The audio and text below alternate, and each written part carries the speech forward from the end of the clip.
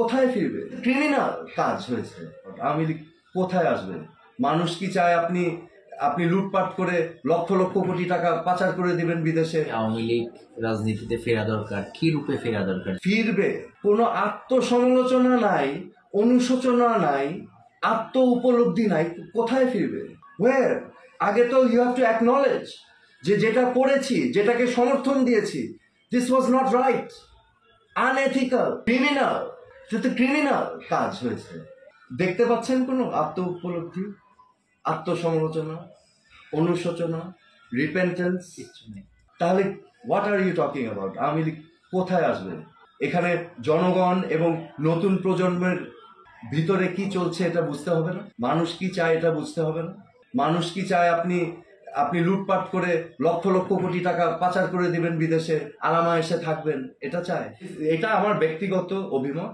এখন যদি জনগণ চায় পরিবর্তনতন্ত্র, they can do it, but আমি বিশ্বাস করি না পরিবর্তনতন্ত্রে। ঠিক আছে, আমার একটা পরিচিতি আছে, এখন পরিচিতি তো আমি সরাতে পারবো না। আমার যে মেধা যোগ্যতা আছে, আমি যদি ফিল করি সেটা দিয়ে আমি কিছু করতে পারবো, তাহলে ইটস অ্যান অপশন, রাইট? কিন্তু আমি দাবি করব না যে আমি তাজউদ্দিন আহমেদের ছেলে, এই জন্য আমাকে নিতে হবে। No, that's not right.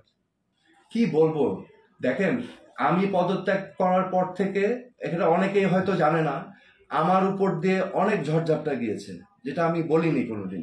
আমি কিন্তু দেশ ছাড়া হয়ে গিয়েছিলাম। একটা পর্যায়ে আমি কিন্তু নিজে দেশ ছাড়া ছিলাম। আমার জন্য সেফ ছিল না বাংলাদেশে থাকা। জীবন মরণের হুমকি।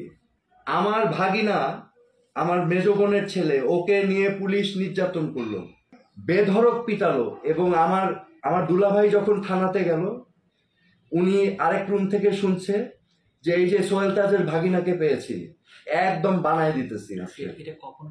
এটা 2013 সালে। এবং আমার পদত্যাগ নিয়ে কি নাটকই না হলো।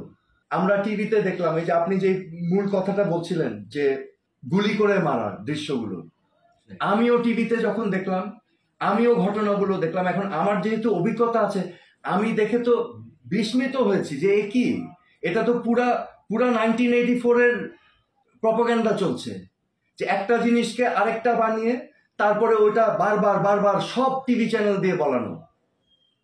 এটা পুরা ব্রেন ওয়াশিং। ওই যে হীরক রাজার দেশের মগজ ধোলাই, যন্তর মন্তর ঘর, পুরা বাংলাদেশ হয়ে গেছিল যন্তর মন্তর ঘর। ওই যন্তর মন্তর ঘরের মধ্যে ওই কয়েকজন, ওই যে সায়েন্টিস্ট গিয়ে, ওই যে যারা ছিল দায়িত্বপ্রাপ্ত, তারা গিয়ে গুজগুজ করে এক একটা বানিয়েছে, একটা ফ্যাক্টকে ডিস্টর্ট করে আরেকটা বানিয়ে সেটা প্রচার করেছে। এবং